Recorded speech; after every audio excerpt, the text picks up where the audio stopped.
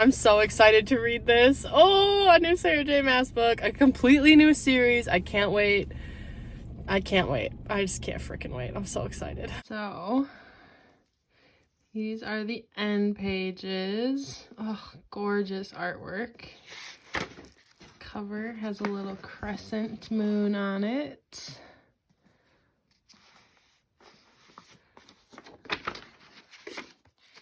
And then the back has some more artwork and some obvious praise for Sarah's writing. And then there is a gorgeous map.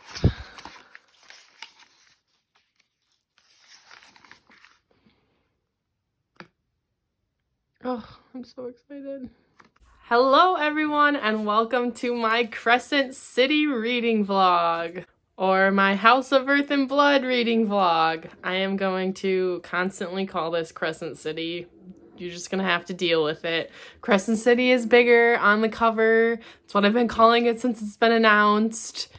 It's gonna be Crescent City to me, I'm sorry. So today is the release day of this beautiful baby. I ordered the Waterstones edition with the red sprayed edges, and I also ordered one from Sarah herself from her website where it can be signed and personalized, but those were not going to get to me in time. So I had to make a special trip to Target, which you would have saw in the previous clip, to get this beautiful book. I cannot wait to read this. I am a massive Sarah J. Maas fan. I'm actually wearing my Survivor of Mass Destruction t-shirt today in honor of the release. I can't wait to pick this up. This reading vlog is going to be very spoilery. I'm going to be vlogging as I read this, so if you don't want to be spoiled, maybe wait till you finish the book to watch this vlog.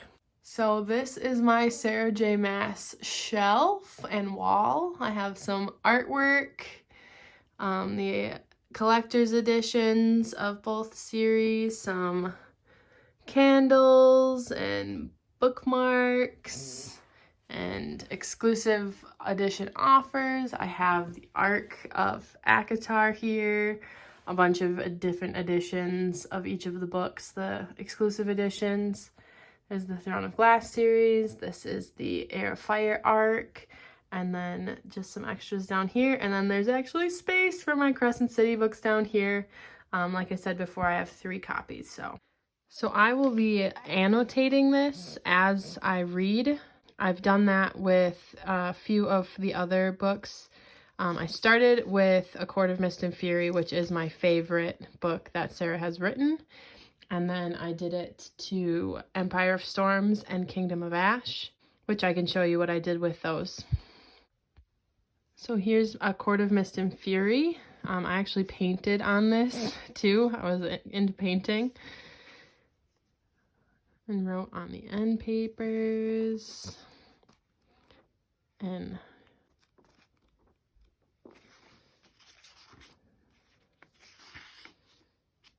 drew in it.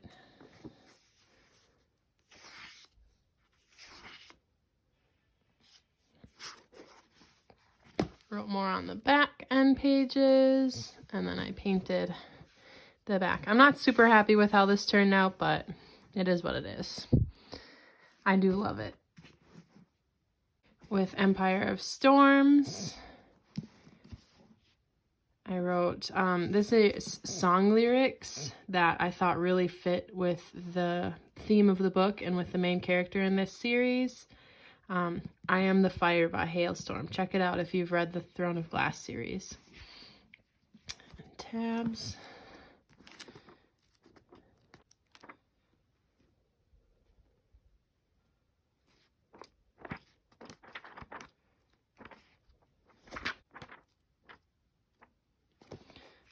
Oh, this is one of my favorite pages. And then with Kingdom of Ash, I have all my tabs. I actually have a system for all my tabs. Each color means a different thing. And then I just wrote that on the end papers so I remember.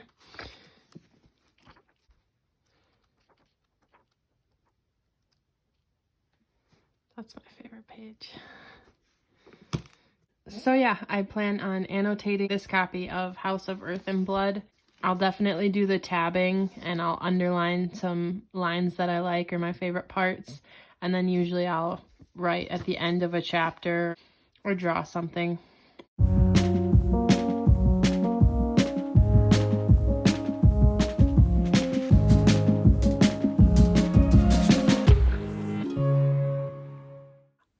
All right, I got to the 100-page mark of House of Earth and Blood.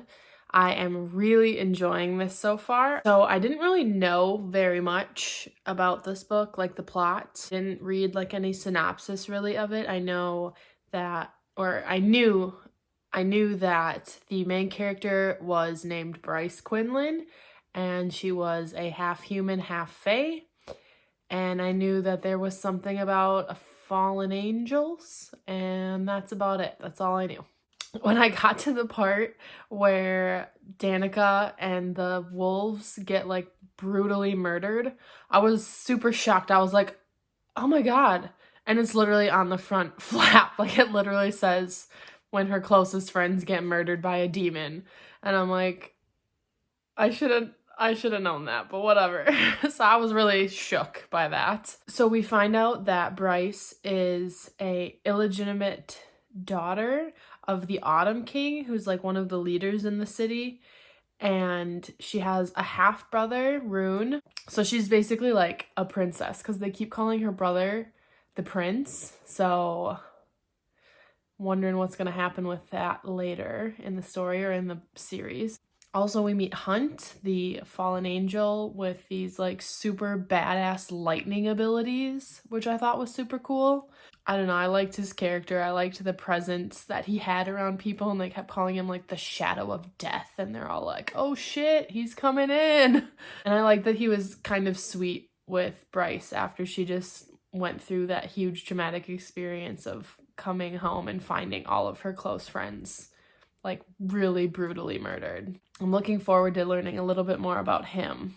Oh, I also like how the world is kind of like a modern twist on a fantasy. So like they have cell phones, they have video games, there's pizza. Like that's new for Sarah J. Maas books. In her other two series, it's just strict fantasy. Like they don't have any of that stuff. So I thought that was pretty interesting. So yeah, that's my 100-page update, and I will check in when I read a little bit more.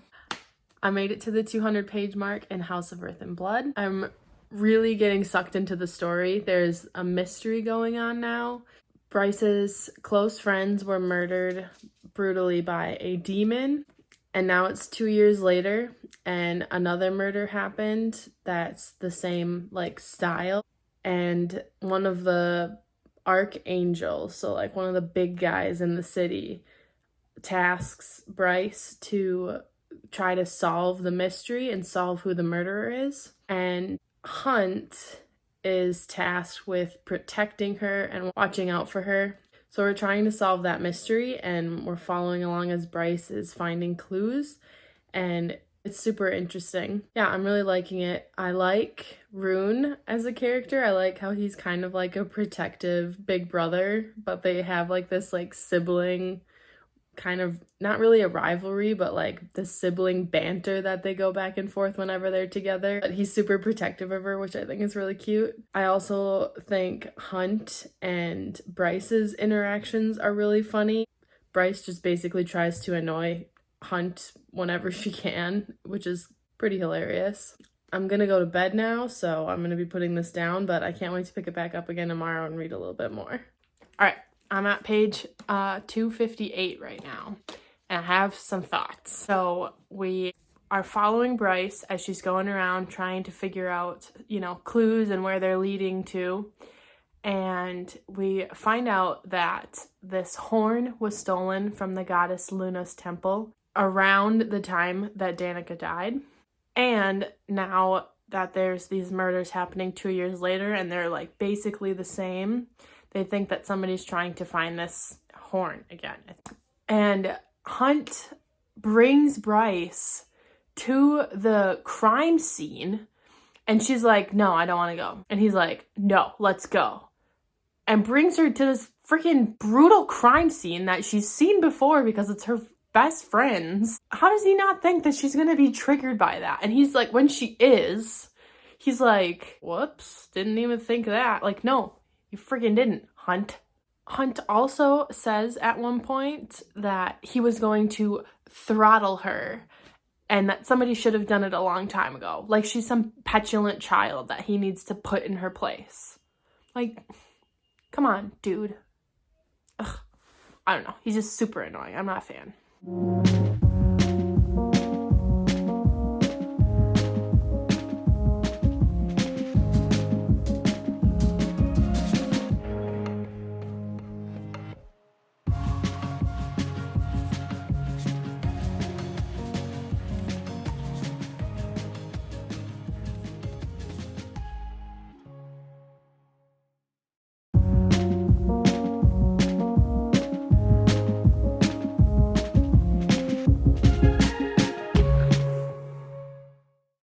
All right, I made it to the halfway mark. I'm on page 399. It's the beginning of a chapter, so I couldn't quite make it to that 400-page mark, which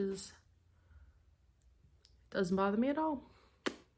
Anyway, so I am starting to like Hunt a little more now. He's being less obnoxious, and he and Bryce have some cute kind of flirty moments, and I'm eating that up.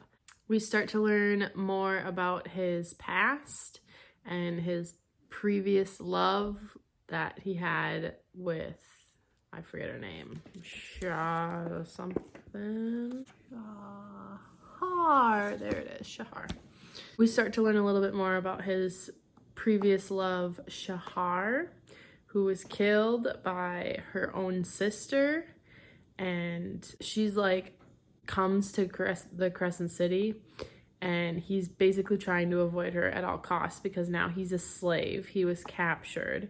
So this Shahar person was trying to kind of even the playing field for the fallen angels and saying like, just because you were born a bastard doesn't mean like you shouldn't have rights. And I don't know, he considered a rebel, so now he was captured and is now a slave, and he was tortured for a long time and wasn't able to fly and didn't see the sky, which is kind of heartbreaking. So feeling a little bit of sympathy for Hunt. So yes, he's not as annoying anymore, so hopefully it stays that way and he's not obnoxious. Hunt and Bryce have started this picture taking thing. So Bryce sees his phone and like teases him that he doesn't have any pictures on his phone that aren't of dead bodies. So she takes a picture of herself and is like, here you go, now you have a picture that's not super morbid. And so then he starts taking pictures of her, so he has like random pictures of her on his phone, which is kind of cute. I like that. Yeah, we're starting to move through the mystery. So they found out about Sabine, which is Danica's mom, being involved somehow. And they are starting to think that she's the one that summoned the demon to kill Danica and the wolf pack. Oh, the last scene that I just read was Hunt is like in her apartment or whatever, and he's gonna go take a shower, and he wanted to know where the soap was, and she's like, oh, it's in that closet over there. And he goes over there, opens the door, and like looks up and sees this box and pulls it down, and it's like a bunch of like glitter unicorn toys, like child toys. And Bryce explains like she likes them, they just are sentimental to her, they remind her of when she was a kid, and like that was the first time that the other kids didn't make fun of her. And she's like, you thought they were sex toys, didn't you? And he blushes. Oh, that was so funny. And she's like, it's Jelly Jubilee. It was so funny. Lahaba is pretty cute. I like the scenes when her character is in it. I follow Sarah J. Maas on Pinterest, and she has a Pinterest board for Crescent City. So I was like scrolling through there, looking through the pictures she used as inspiration and kind of the aesthetic for this book. And there's this cute little fire sprite picture that it's perfect. It looks exactly how I pictured La Habit in my head. So I thought that was pretty cute. And also Syrinx, who doesn't love a pet chimera? So yeah, halfway through, I am hitting the hay for the night, and I don't think I'll get a lot of reading done tomorrow. I have plans tomorrow, so I don't think I'll get very much reading done tomorrow, but definitely Friday and the weekend, I'm hoping I'll be able to finish this. So that'll be it for tonight, and I'll check in with you all tomorrow. I just got a package from Sarah J. Maas. It's the signed edition that she did on her website, and it's got this special like tape around it that says "Through love all is possible." So I thought it would be fun for us to open this together.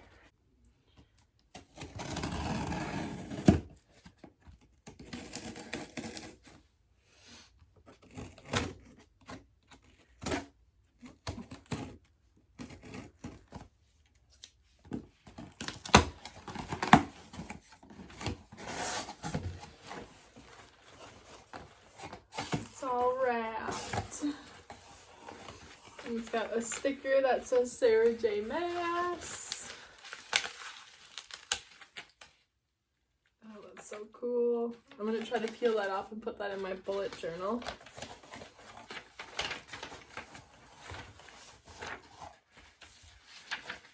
Bunch of paper worms.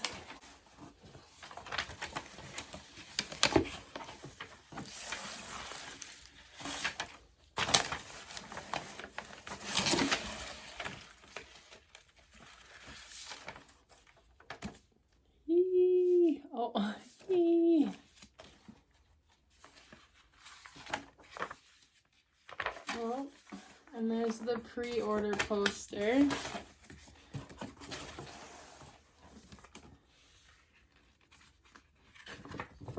So here's that. It's gonna go right on my wall. Oh, so cute. Okay.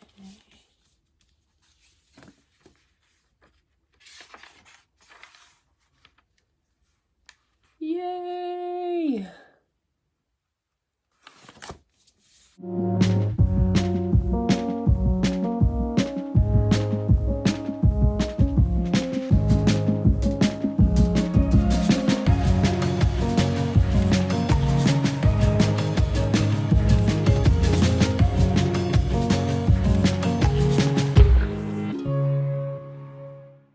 All right, so just checking in for today. I got a little bit farther. I'm on page 489. I have a few thoughts. One thing I noticed was that I'm not really annotating very much. I think I underlined one thing so far. I did add a few tabs, but really not as many as I normally do. I don't know if that's just because it's like the first book in a new series, so there's not as much for me to annotate. I don't know. I don't know what the reason is behind it. I am enjoying it, which is why I tab parts, but I don't know why I'm not annotating so much. I might hold off on the underlining and maybe the drawing and writing lines on the margins and stuff like that until I get a little farther in the series. So maybe in a couple of years when I do a reread, there'll be some more annotations. But for right now, I'm content to just keep tabbing.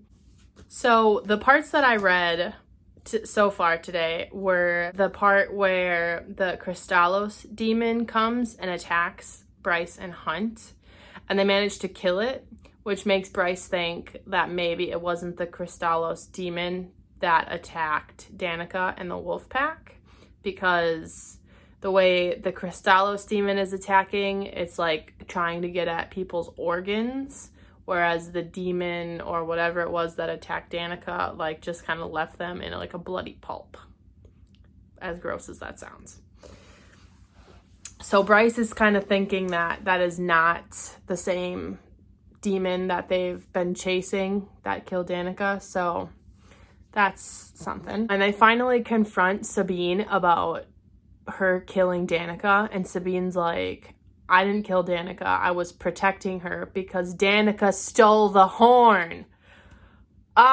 Which is why she was tampering with the footage and all that stuff. So we find out that Danica is the one that stole Luna's horn, and Sabine was just trying to protect her. And so they are now thinking that whoever killed Danica killed her because she had the horn and they didn't want her to have it, or they were looking for it and she was in their way. And there was that whole scene where Bryce summons one of the princes of hell, Adis. And that whole scene I freaking loved. So this like pretty boy demon prince basically gets summoned, and if you've read the A Court of Thorns and Roses series, he totally reminds me of the Surreal, because he's like there for the tea. He's there. He's ready. So Bryce is asking Adis questions like, does he know what demon it was that killed Danica? Does he know like who ordered the summoning and all that? And he's pretty cryptic, but you know, he's sly.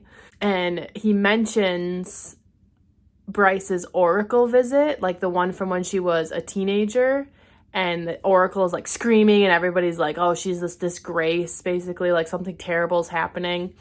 And he mentions that and is like, what makes an oracle go blind? Like, she didn't see, but I saw. And he tells her to make the drop to become like immortal, basically, and then come find him.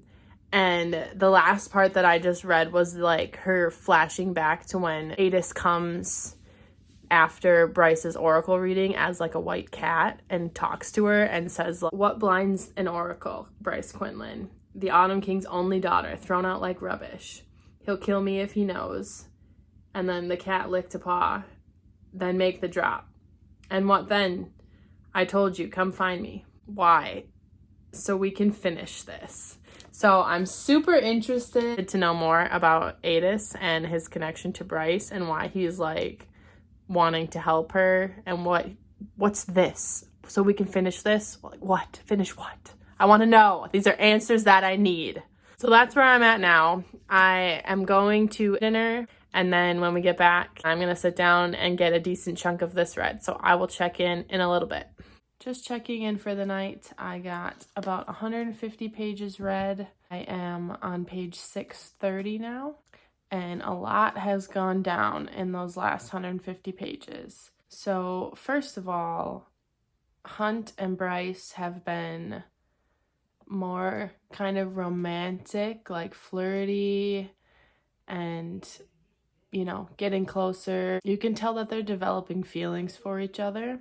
And there's that scene, the living death scene, where Hunt gets his wings cut off and Bryce is like screaming, please. That was pretty emotional. We learned that Bryce traded her place in the bone quarter so that Danica's soul could move on. So basically she just like gave up her eternal resting place. Bryce also solves a clue that Danica had a flash drive hidden in her leather jacket. And the flash drive contains videos of testing on these people with this drug synth. So this synth drug basically can make you like super powerful for a little bit, but if you take too much of it, it can turn you into a murderer. And the videos show somebody high on synth like ripping people to shreds, like how Danica died. And then this test subject who was high on synth, when she killed all those people, she like ended up killing herself and tearing herself apart. And we find out that Danica was involved with that drug, which brings us to the scene on the boat where Hunt is buying synth from the Viper Queen, which totally caught me off guard. Like, I did not see that coming at all. And he was buying it so they could overthrow the archangels so they could be free. And basically Hunt knew about Danica being involved with synth and how Danica was addicted to it and she was high on it, which she was the one who ended up killing the wolf pack and then ended up killing herself. And he figured that out and didn't tell her, so she's feeling very betrayed. Hunt gets captured and sold back to Sandriel, which is like the worst possible situation for him because she's going to be awful since she's his like love Shahar's sister who was like fighting against them in this war before. So Hunt is still like captured in his cell or whatever and just found out that he's going with Sandriel, and she like tries to torment him with all the pictures on his phone, which was like super cute and heartbreaking at the same time because it's all the pictures that he was taking of like his life since Bryce came into it. So all these like pictures of Bryce, and like when she steals his phone and takes pictures of her like glitter unicorns and just like nice normal pictures, and she's like trying to torment him, which was really mean. Yeah, so that was like, hearing all the pictures described was like, aw, but also like, aw. And Bryce is like trying to reach out to Rune and like rekindle that brotherly sisterly bond that they had when they were younger, and she's just kind of trying to cope now with the fact that Hunt betrayed her. And that's where I'm at. That's where I'm ending it for the night. So it's kind of not a positive note to end on for the night, but I'm too tired to keep reading, and I want to be like fully present to finish this, and I don't want to stay up so late that I'm like not even paying attention to what's happening. So I am putting this down for the night, and I will pick it back up tomorrow, and I will update you tomorrow.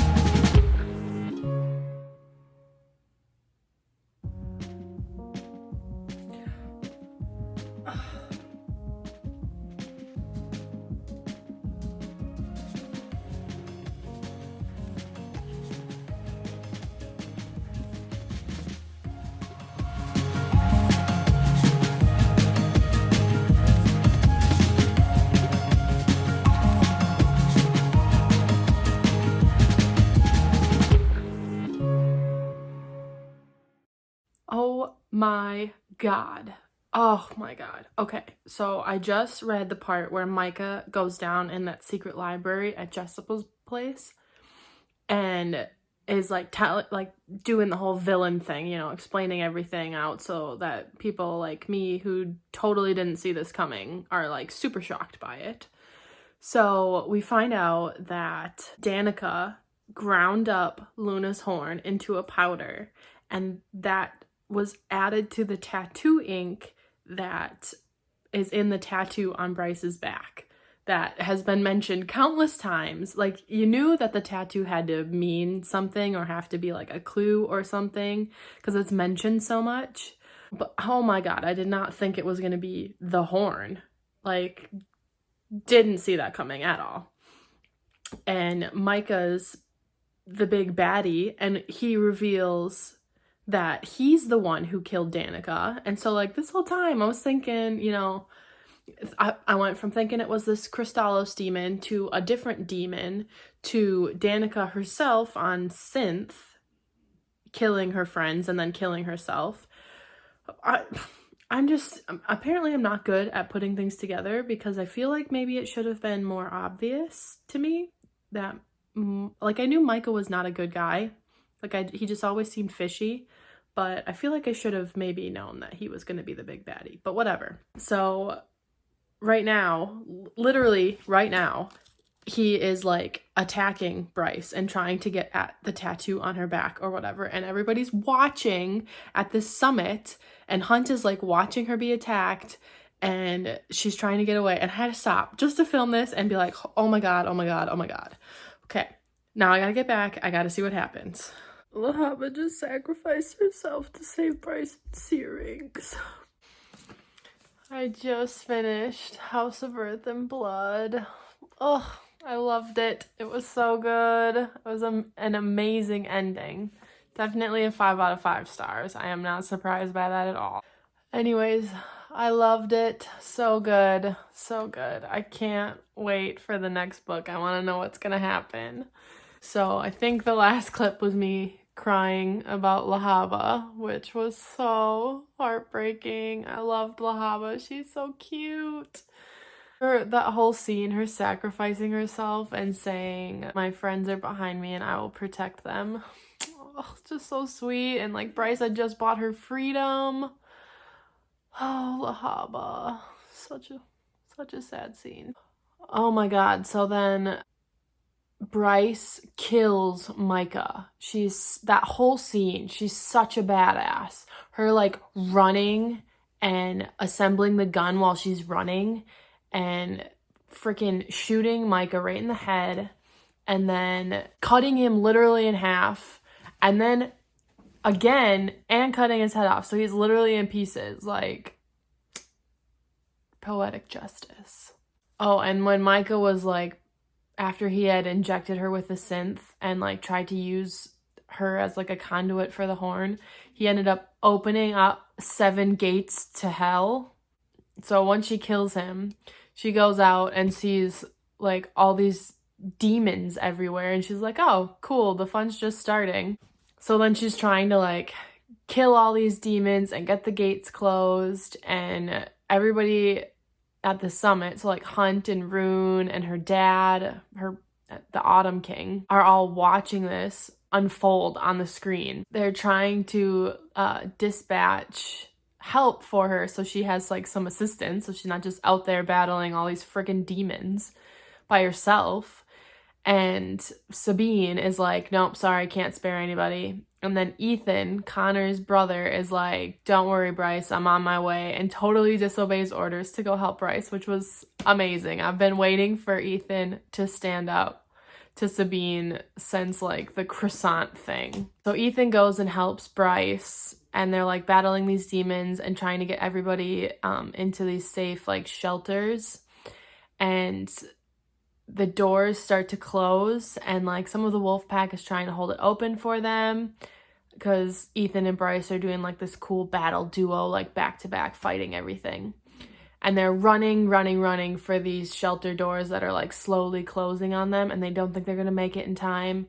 And there's not enough space for both of them to make it through. So of course Bryce like sacrifices herself and holds a step back and then pushes Ethan through the gate. So she's like sitting out there with all these, you know, unprotected with all these demons everywhere.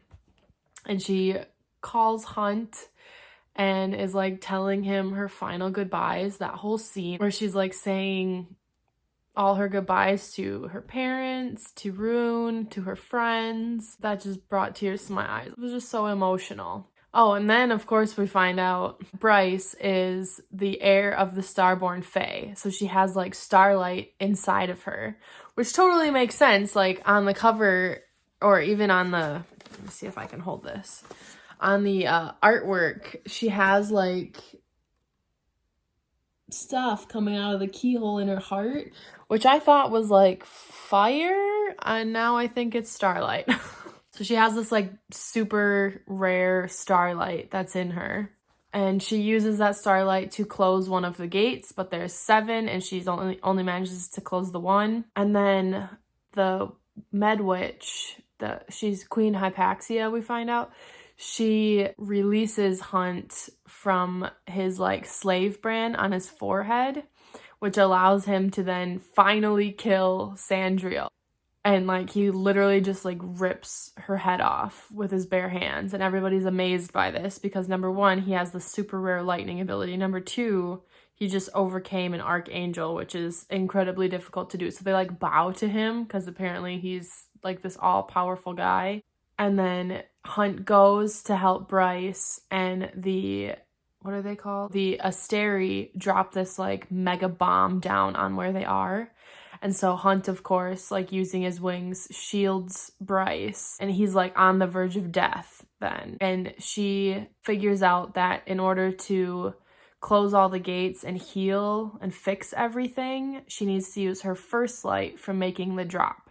So she puts her hand on the gate and is like asking for an anchor so she doesn't die. And we hear Danica's voice saying, "Light it up." You just were like, yes, light it up. So Bryce makes the drop and she sees Danica's last shred of life there in like this in between. And Danica convinces her that she needs to go back and she needs to fight to make the ascent. And because her anchor is Danica, who's already dead, it's like basically impossible for her to be able to make the ascent and stay alive. So Danica like gives up her last bit of eternity so that Bryce can make the jump for the ascent to make it back up. And then she makes it back up and Danica is no more. And Bryce has all this like crazy power now, and her first light like fixes everything. It heals Hunt, heals anybody that was wounded, fixes buildings, closes the gates. Like it's this huge, remarkable moment. And then Bryce and Hunt basically tell each other that they love each other, and they get a call from the Asteri basically threatening them and is like, keep your mouth shut, don't get out of line, don't use your crazy power, and we'll let you live. So I'm guessing that in the next book, Asteri are going to be like the baddies that we have to fight in the next book. And then it cuts to the epilogue, which is Jessica talking to Adis as a cat in his cat form, saying, "Oh, why didn't you tell me about Bryce?" And he was like, "I didn't trust anybody." And they're talking about Thea's light is in Bryce. Yeah, so Jessica knows Adis somehow from before, and she has some sort of connection to the Autumn King that we don't really know much about. And she tells Adis about the library, this like library with all this knowledge to help fight the archangels. She says that she moved it and it's safe. And he says, good, and starts walking away. And she's like, don't mess this up again for us. And he was like, oh, I won't. Not when things are about to get so interesting. And then that's the end. Like, what? I just have so many questions still. Like, I feel resolved enough for this story to be wrapped up. Like, I feel the resolution. It was wrapped up well, but left enough strings to, like, make me super curious about where the story is going to go from here. I have no idea, but I loved this. It was absolutely amazing. Definitely pick this up, especially if you are a Sarah J. Maas fan, obviously. This is incredible. It's got all of the twists and turns and epic moments of any of her other books, and it's just amazing. So that is going to be it for this vlog. I hope you enjoyed. I hope you read the book and you enjoyed the book. Comment down below so we can discuss, and I will see you all in the next one. Bye!